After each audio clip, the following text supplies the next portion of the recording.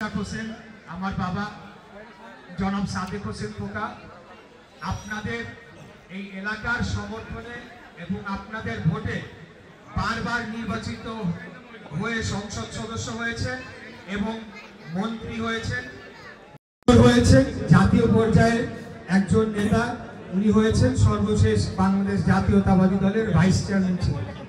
আমি ব্যক্তিগতভাবে মনে করি এই সকল কিছুর জন্য মূল কৃতিত্ব এই সূত্রাপুর বৃহত্তর সূত্রাপুরবাসী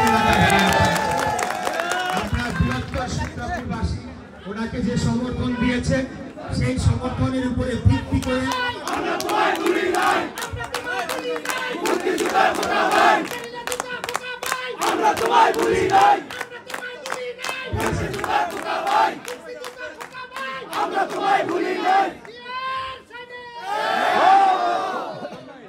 দেশনায়ক তারেক রহমানের সৈনিকেরা আমরা মাঠে রয়েছি।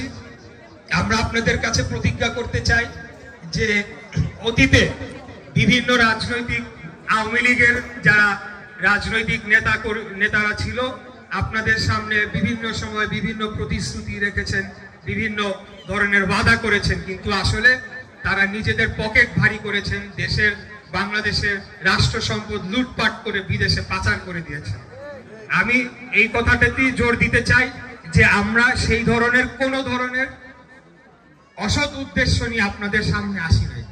আমরা এসেছি আজীবন আমাদের জীবনটাকে আপনাদের জীবনযাত্রার মান উন্নয়ন, আপনাদের অর্থনৈতিক উন্নয়ন এবং এলাকার উন্নয়ন সাধিত করার জন্য, আমাদের জীবনকে উৎসর্গ করার জন্য এবং সেটি জানানোর জন্য আপনাদের সামনে এসেছি। এবং ইনশাআল্লাহ আমি একটু আপনাদের পাশে থেকে এই এলাকার উন্নয়ন, জনগণের উন্নয়ন এবং যদি আবারও কোনোভাবে আপনাদের অধিকারের উপর আঘাত আসে সবার আগে আমরা জিয়ার সৈনিকেরা আপনাদের পাশে দাঁড়াবো ইনশাআল্লাহ।